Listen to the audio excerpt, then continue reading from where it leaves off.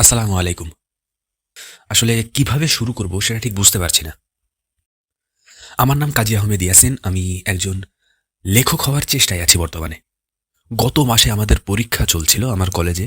তো আমার যখন খুবই টেনশনে থাকি কিংবা আমার যখন পড়াশোনার প্রেশার বা অন্য কোনো প্রেশার যখন আমার উপর খুব বেশি চেপে বসে, তখন আমি সেটা লেখালেখির মাধ্যমে রিলিজ করবার চেষ্টা করি আরকি। তো তখন ভেবেছিলাম যে আমি একটা বই লিখতে শুরু করি। কারণ আমি এর আগেও প্রায় মনে করেন ৫ বছর ধরে আমি একটা উপন্যাস লেখার চেষ্টা করছি। কিন্তু আমি বসে টানা ১ পৃষ্ঠা কিংবা ২ পৃষ্ঠা লিখতেই পারি না। এটা যে কেন হয় সেটা আমার জানা নেই। আমি লিখতে চাই খুবই বেশি, কিন্তু আমার লেখার ইচ্ছা আছে খুব বেশি, কিন্তু আমি লিখতেই পারি না। আমার লিখতে কেন জানি না ভালোই লাগে না। অথচ আমি অনেক বই পড়ি, অনেক বাংলা বই বলেন, থ্রিলার বই বলেন কিংবা ইংরেজি বই বলেন। আমি একটা ইংরেজি বই অনুবাদও করেছি, আরেকটা ইংরেজি বই অনুবাদ করছি। অনুবাদ করতে আমার কোনো অসুবিধা হয় না। কিন্তু নিজের মৌলিক লিখতে গেলে আমার কেন জানি না মাথায় কোনো কিছু আসেই না। আমি একটা মজার কথা বলছি। আমি এমনিতে যখন অনুবাদ করতে যাই তখন আমি আম ১ পৃষ্ঠা লিখতে আমার মোটামুটি সময় লেগে যায় ১.৫ ঘন্টার উপরে। কিন্তু সেই তুলনায় আমি মৌলিক লেখা আরও তাড়াতাড়ি লিখতে পারি। আমি যেমন কোনো প্রতিযোগিতা হচ্ছে, তার জন্য একটা ছোট গল্প লিখতে হবে, সেটা আমি খুব তাড়াতাড়ি লিখে ফেলতে পারি। কিংবা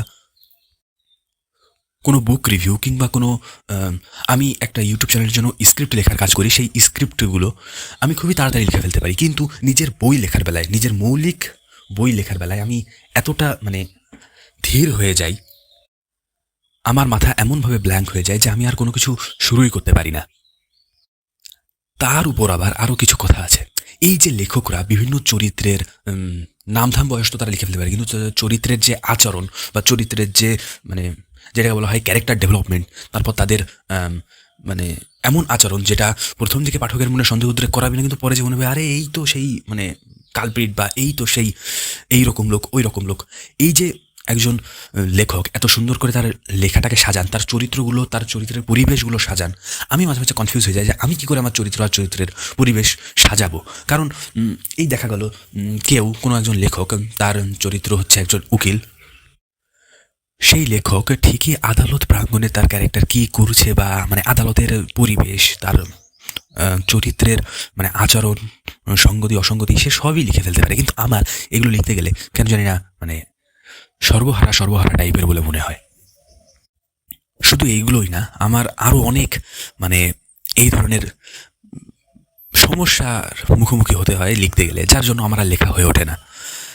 আমি জানি যে আমি আমার কথা অন্যান্যদের মতো এত সুন্দর করে গুছিয়ে বলতে পারিনি, এই জন্য আমি খুবই দুঃখিত। আসলে আমার মনে হলো যে লেখালেখি যখন করছি তখন টুকটাক একটা মানে ওই যারা লেখালেখি করে তারা কিন্তু তাদের একটা রাইটিং জার্নাল রাখে।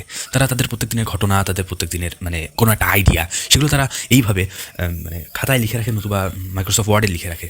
তো আমি ভাবলাম যে এমন তো করছি, আমিও ফোনে লিখি, কিন্তু এমন করার সঙ্গে সঙ্গে যদি আমি ইউটিউবেও একটা ডিজিটাল জার্নাল রাখতে শুরু করি তাহলে কেমন হয়। সেই জন্যই আজকে থেকে ভিডিও আপলোড করা শুরু করব। এই টুকটাক মাথায় যেসব আইডিয়া আসবে সেগুলো একটু অগোছালোভাবে আর কি আমি এইরকম রেকর্ড করে তারপরে দিতে থাকবো। আমি আশা রাখি যে আপনারা খুব বেশি মাইন্ড করবেন না, তাই না?